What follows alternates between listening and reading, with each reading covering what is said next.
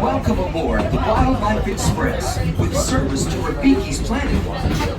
Here, you can discover a wide range of man-made creatures from the affection section, where you can get up close and personal with domesticated animals like goats, sheep, and more, to sneak peeks at animal This is a unique train design in that you are faced all in one direction. You are not faced forward in the train, you're faced to the side, and it can show you whatever they like. They can change the landscape, they can change the message. So this is what you see on your way to Conservation Station. reaches all the way back to Walt Disney himself and his long-standing passion for conservation. There's elephants. Be sure to watch for as you exit.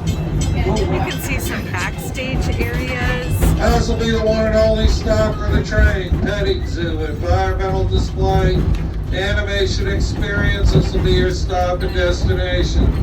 Now when you're done with your time of discovery, simply return back to the station we're going to drop you off at. Train will then bring you back to Africa. Once again, this will